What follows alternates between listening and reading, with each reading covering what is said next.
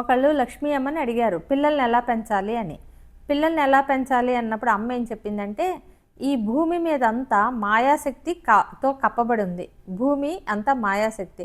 మాయకి అధిపతి ఎవరు? ఇప్పుడు మనం మామూలుగా మాట్లాడుకుంటున్నప్పుడు విష్ణు మాయ అంటాము. అంటే విష్ణుమూర్తిని తలుచుకుంటే మాయ తగ్గుతుంది అని. అందుకని ఓం నమో భగవతే వాసుదేవాయ అనుకుంటా ఆ మంత్రాన్ని పిల్లలతో అనిపిస్తూ ఉండాలంట.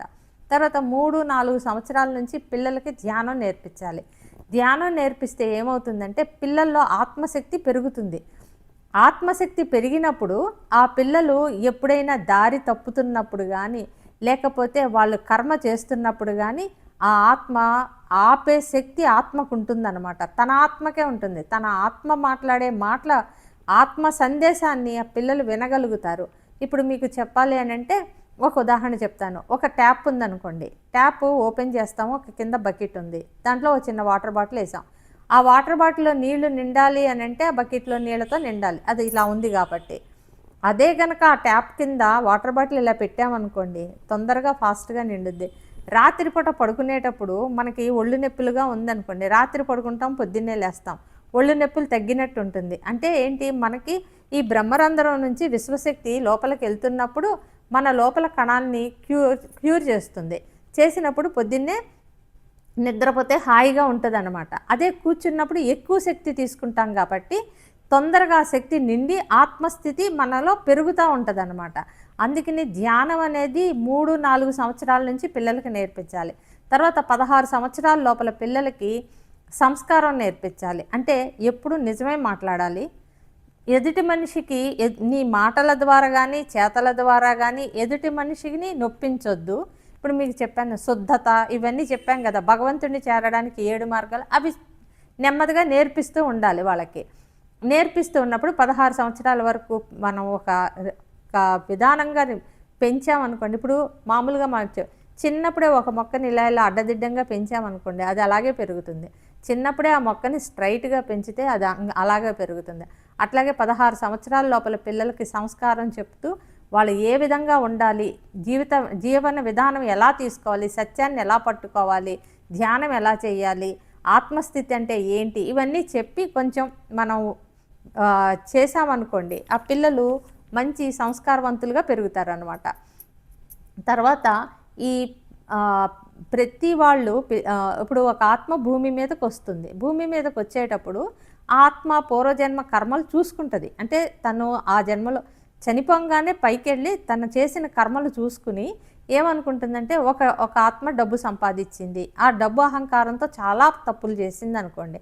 అప్పుడు అనుకుంటుంది, వద్దు, ఈ జన్మలో డబ్బు ఉండబట్టే కదా నేను ఇన్ని తప్పులు చేశాను, ఈ నెక్స్ట్ జన్మలో నేను భూమి మీదకి వెళ్తున్నాను, ఈ జన్మలో నాకు డబ్బు వద్దు అనుకుని ఈసారి నా కర్మలన్నీ నేను ప్రక్షాళన చేసుకుంటాను, అంటే తీసేసిస్తాను, కొత్తగా మళ్ళీ జాగ్రత్తగా ఉండి డబ్బు లేకుండా అనుభవించి వస్తాను అనుకుని కిందకు వస్తుంది.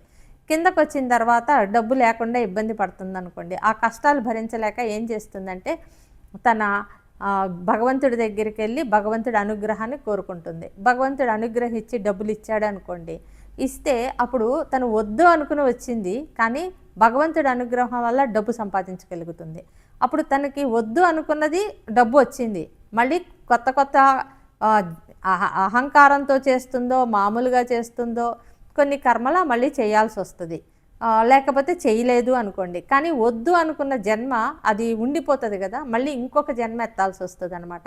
అందుకనే ఏది కూడా మనం కావాలి అనుకోకూడదు, వద్దు అనుకోకూడదు.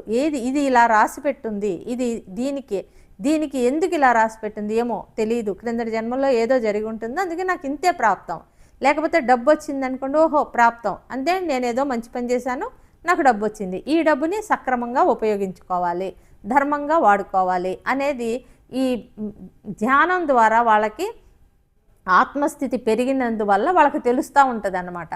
తర్వాత ఇప్పుడు పూర్వజన్మ చేసిన కర్మలే కాదు, తల్లిదండ్రులు చేసిన కర్మలు, పూర్వీకులు చేసిన కర్మలు అని కూడా వాళ్ళు కూడా అనుభవించాల్సి వస్తుంది.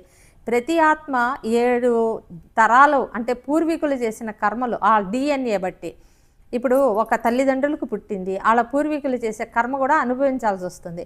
అనుభవించేటప్పుడు అది తండ్రి తల మీద 3 నెలల ముందు తండ్రి తల మీదకి వచ్చి సెలెక్ట్ చేసుకుంటుంది అనమాట తల్లిదండ్రులు.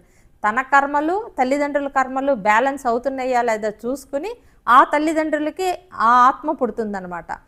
పుట్టినప్పుడు ఆ తల్లిదండ్రులకు వచ్చి పుడుతుంది కదా, ఆ పూర్వీకులు చేసిన కర్మలను చూసుకుని అది కూడా ఆ పూర్వీకుల కర్మలను అనుభవిస్తుంది. అందుకనే పూర్వం అనేవాళ్ళు 7 తరాలు చూడండి అనేవాళ్ళు. 7 తరాలు చూడండి అంటే 7 తరాలు వాళ్ళు సంపాదించింది, వాళ్ళు ఎలా బతికారు అన్నది కాదు.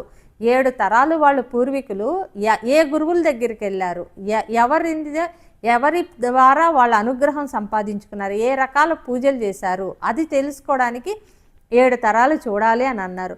అందుకని పూర్వీకుల కర్మలు అనుభవిస్తుంది, తన పూర్వజన్మ కర్మలు అనుభవిస్తుంది. ఇప్పుడు తన బుద్ధి ద్వారా తను ఏమన్నా కర్మలు చేస్తే అది కూడా అనుభవించాల్సి వస్తుంది. అందుకనే పుట్టినప్పటి నుంచి పిల్లలకి ధ్యానం నేర్పిస్తే వాళ్ళ ఆత్మస్థితి పెరిగి వాళ్ళు ఎటువంటి కర్మలు చేసుకోకుండా ఆ భగవంతుడికి దగ్గరగా వెళ్ళడానికే ప్రయత్నిస్తారు.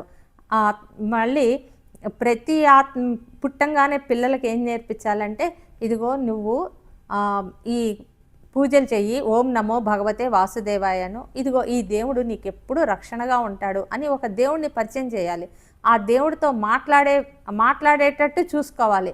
ప్రతి మాటకి నువ్వు నాతో రా, నువ్వు నాతో ఉండు, నేను నీతో ఉంటాను, మరే మన ఇద్దరం కలిసి ఉందాము, అలాగా ఆ దేవుడికి ప్రతి నిమిషం ఇదిగో నువ్వు తిను, తర్వాత నేను తింటాను, అలా దేవుడితో ఒక అనుబంధం పెట్టాలి. అనుబంధం పెట్టినప్పుడు ఆ భగవంతుడితో ఉన్నప్పుడు ఆ భగవంతుడు వింటున్నాడు, తన మాట వింటున్నాడు అన్నది పెద్ద అయ్యే కొద్దీ తెలుస్తుంది. వాళ్ళ జీవితమే మారిపోతుంది. వాళ్ళు భగవంతుడిలో చేరడానికి చాలా ఈజీగా ఉంటుంది.